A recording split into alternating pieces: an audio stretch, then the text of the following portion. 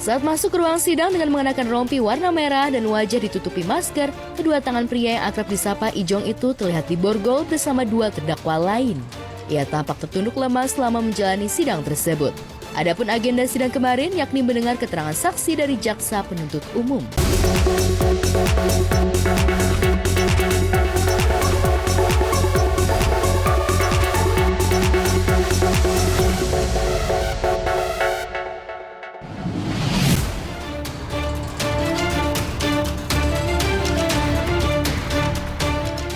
Pemirsa, Jonathan Frizzy kembali menjalani sidang lanjutan atau persidangan keempat perkara dugaan penyelundupan dan penyalahgunaan rokok elektrik atau vape yang mengandung obat keras jenis etomidate di Pengadilan Negeri Tangerang Selasa kemarin. Saat masuk ke ruang sidang dengan mengenakan rompi warna merah dan wajah ditutupi masker, kedua tangan pria yang akrab disapa Ijong itu terlihat diborgol bersama dua terdakwa lain. Ia tampak tertunduk lemas selama menjalani sidang tersebut. Adapun agenda sidang kemarin yakni mendengar keterangan saksi dari jaksa penuntut umum. Saksi yang dihadirkan oleh JPU ada dua orang, yakni protokoler anggota DPR dan orang BPOM bagian farmasi.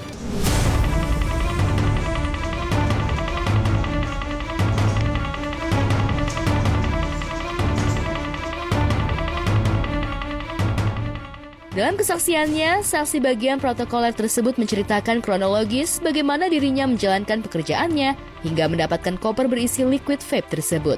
Sementara saksi pihak BPOM lebih menjelaskan efek yang timbul dari zat yang terkandung dalam liquid tersebut, dengan efek samping menimbulkan rasa euforia. Lantas, apa tanggapan pihak Jonathan Frizzy atas keterangan saksi dari pihak JPU itu? Sama-sama tadi kita udah dengar, kita tadi memeriksa saksi fakta ya, yaitu protokoler yang di Bandara Soekarno-Hatta, Terminal Internasional. Kemudian yang kedua ahli. Ya dari saksi fakta tadi sih yang protokoler jelas ya menyatakan bahwa memang ini diminta oleh Erna, begitu, diminta oleh Erna untuk menjemput, bahasa tadi saksi faktanya, bahasa si protokoler tadi, untuk menjemput Bahrun dari luar negeri. Tadi nggak jelas, dia juga lupa si Bahrun ini di luar negerinya dari mana, apakah dari Malaysia atau dari negara lain. Ahlinya dari BPOM ya, mengatakan bahwa memang nggak bisa kita melihat suatu cairan itu apakah etomidate kah atau bukan etomidate kah, nggak bisa gitu. Jadi dan tadi juga disampaikan bahwa etomidate ini juga di Indonesia barang yang sangat baru, bahkan belum ada izin, belum terregister bahasanya dia tadi. Atas dasar keterangan dua saksi itu, kuasa hukum Ijong meyakini bahwa Ijong anak yang polos dan tidak percaya kalau kliennya mengkonsumsi barang tersebut, bahkan diketahui Ijong pun tidak merokok. Jadi yang penting itu yang mau dari persidangan tadi adalah ya semakin kuatlah dugaan kita bahwa memang si Jonathan ini, Ijong ini ya nggak tahu apa itu, yang dia tahu itu.